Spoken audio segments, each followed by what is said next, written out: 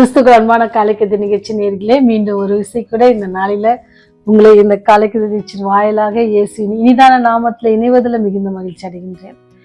அது மாத்திராதபடிக்கு இந்த நாள் உங்களுக்கு இனிய நாளாக இருக்க இயேசுவின் நாமத்துல உங்களை வாழ்த்துகிறேன். இந்த நாள் நமக்கு வருகிற வாக்கு தத்துவம் எங்க இருந்து அப்படின்னு சொன்னீங்க அப்படின்னா, யோவானுக்கு எழுதின சுவிசேஷம் 11வது அதிகாரம் 39வது வசனம். இயேசு கல்லை எடுத்து போடுங்கள் என்றார். இயேசு கல்லை எடுத்து போடுங்கள் என்றார். ஒரு குட்டி நிகழ்ச்சியோட நடந்த ஒரு சம்பவத்தோட உங்களோடு பகிர்ந்து கொள்ள ஆசைப்படுறேன். என்ன அப்படின்னு சொன்னா, நாசரேத்ல இருந்து 4 மணிக்கு ஒரு ட்ரெயின் என்ன பண்ணோம்னா திருநெல்வேலி ஜங்ஷனுக்கு போகும். அப்படி போகிறதுக்காக என்ன செய்வாங்க, திருநெல்வேலி ஜங்ஷன் போனா அங்கிருந்து சென்னைக்கு வருகிற ட்ரெயின் பிடிக்கணும் அப்படின்னு சொல்லி நிறைய பேர் அந்த இதுல பிரயாணப்பட்டு கொண்டிருந்தாங்க. அப்படி பிரயாணப்பட்டு கொண்டிருக்கும் போது அங்கிருந்து அப்ப அந்த டைம்ல என்ன செஞ்சாங்கன்னா, நிறைய பேரு வேகமா ஏறிட்டாங்க. ஏன்னா எல்லாருக்கும் தெரியும் இந்த ட்ரெயின்ல போனா எங்க பிடிக்கலாம், சென்னைக்கு போற ட்ரெயினை அது ரொம்ப அதிவேகமாக செல்லுகிற அந்த புகை வண்டியை பிடிக்கலாம், அப்படி அந்த ட்ரெயினை பிடிக்கணும் அப்படின்னு சொல்லி என்ன செய்யறாங்க அப்படின்னு சொன்னா, இந்த நாசரத்துல இருந்து கிளம்பிட்டாங்க. அப்படி கிளம்பும் போது அந்த ட்ரெயின் போயிட்டே இருந்துச்சு. கொஞ்சம் மெதுவாக தான் போகும். நாசரத்துல இருந்து திருநெல்வேலிக்கு போகிற அந்த ட்ரெயின் ரொம்ப ஃபாஸ்டா போகாது. அது கொஞ்சம் மெதுவா போயிட்டு இருக்கும் பொழுது திடீர்னு ஒரு இடத்துல நின்றுச்சு. இந்த பக்கம் பார்த்தாலும் காடு மாதிரி இருக்கு, அங்க நின்றுச்சு. வயல்வெளி அந்த மாதிரிதான் இருக்கு. அங்க எந்த ஒரு காலத்துக்கு நின்றுச்சு அப்படின்னு தெரியல. எல்லாரும் முழிக்கிறாங்க. அதுல சிலர் ஜங்ஷன் வரைக்கும் அதாவது திருநெல்வேலி வரைக்கும் போறவங்களுக்கு அது ஒன்னும் பெரிய இது இல்லை. ஆனா அங்கிருந்து போய் ட்ரெயினை பிடிக்கணும்னு ஏறி இருக்காங்க பாத்தீங்களா, அவங்க சரி ஏதோ நிறுத்திருக்காங்க கிளம்பிடும் அப்படின்னு சொல்லி கொஞ்ச நேரம் வெயிட் பண்ணாங்க.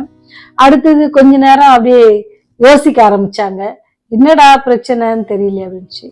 ஆனா அவங்க டைமை பாக்குறாங்க, அங்க போய் பிடிக்கிற ட்ரெயின் பிடிப்பதற்கு இன்னும் கொஞ்ச நேரம் தாமதம் ஆனா கூட நம்ம என்ன செஞ்சிருவோம், அந்த ட்ரெயினை மிஸ் பண்ணிடுவோம் அப்படின்னு சொல்லி யோசிச்சுட்டே இருந்தாங்க.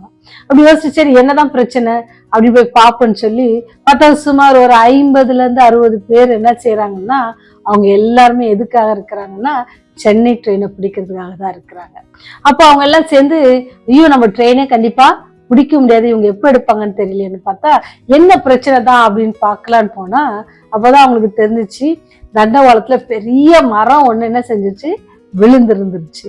அது விழுந்திருந்ததுனால என்ன செய்ய முடியல, ஃபர்தரா அவங்களால போக முடியல. உடனே என்ன செஞ்சாங்க, அவங்க யாருக்கு ஃபோன் பண்ணி ஃபயர் ஸ்டேஷனுக்கு எல்லாம் பண்ணி அதுக்கான ஆட்களை வர வைக்கிறதுக்காக சொல்லியிருந்தாங்க. அவங்களும் சொல்லியிருந்தாங்க, பக்கத்து ஸ்டேஷன்ல சொல்லி அப்படியே அரேஞ்ச் பண்ணி இருந்தாங்க.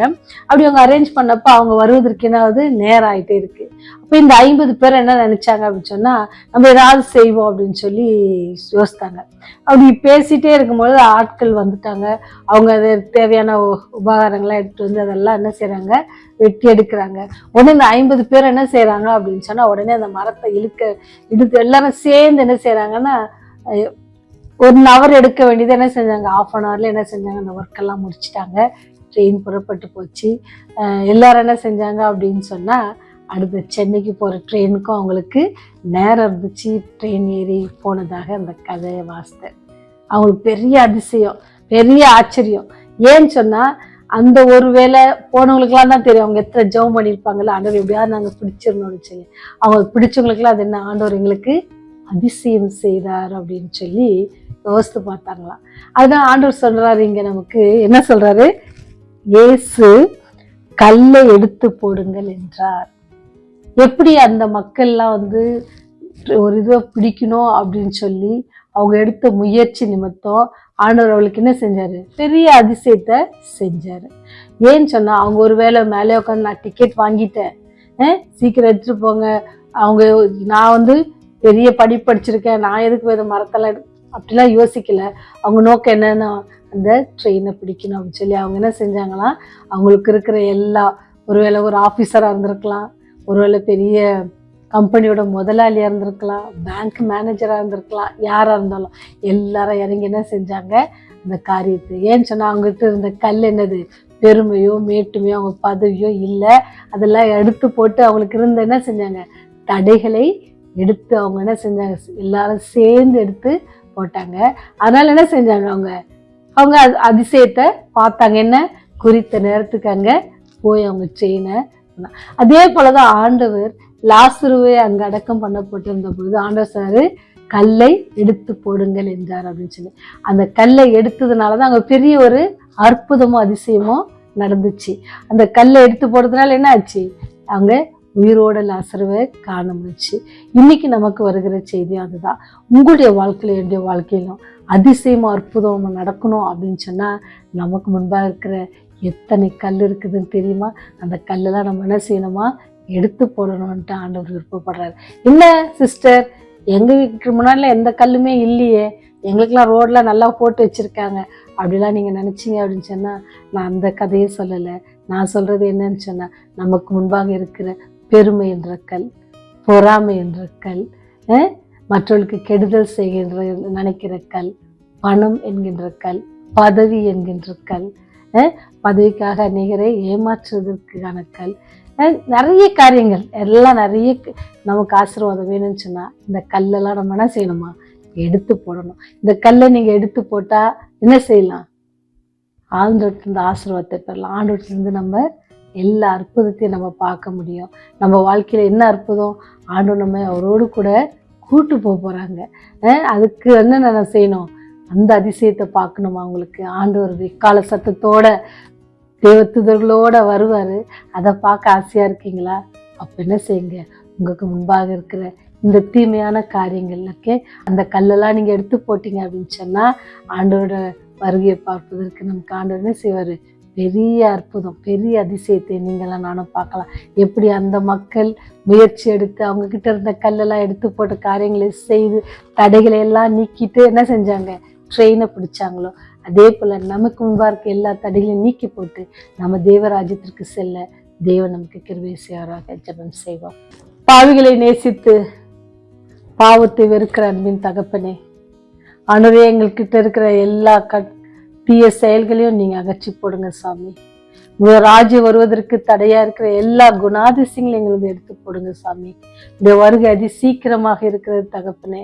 அந்த வருகையில நாங்கள் பங்கு கொள்ளவும், நாங்கள் மாத்திரமல்ல ஆண்டவரே, எங்களை சேர்ந்த பிள்ளைகள், பேர பிள்ளைகள், ஆண்டவரே, நண்பர்கள், உறவினர்கள் எல்லாரும் வந்து சேரத்தக்கதாக ஆண்டவரே நீர் அழைத்த அந்த பரம கானானுக்கு ஆண்டவரே நாங்கள் எப்படி இஸ்ரேல் மக்கள் போல நாங்கள் வனாந்திர வாழ்க்கையை வாழ்கிறோம் என்பதை நாங்கள் உணர்கிறோம் தகப்பனே.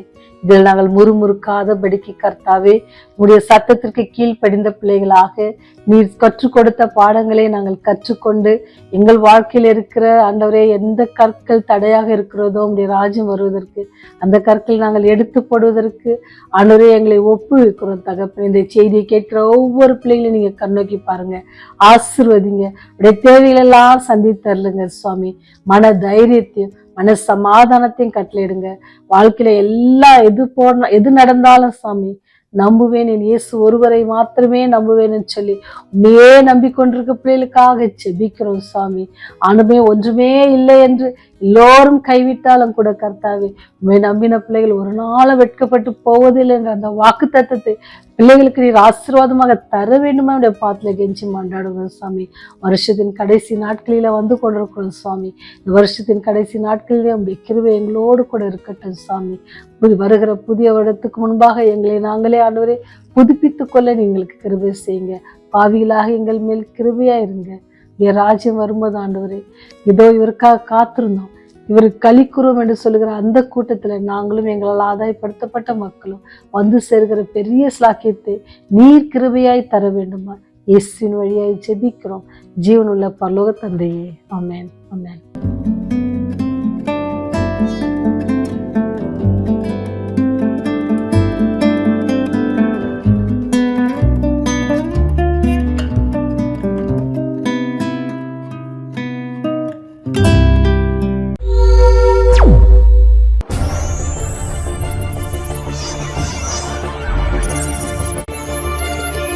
நீங்கள் பார்த்துக் கொண்டிருப்பது உங்கள் ரிவைவல் டிவி.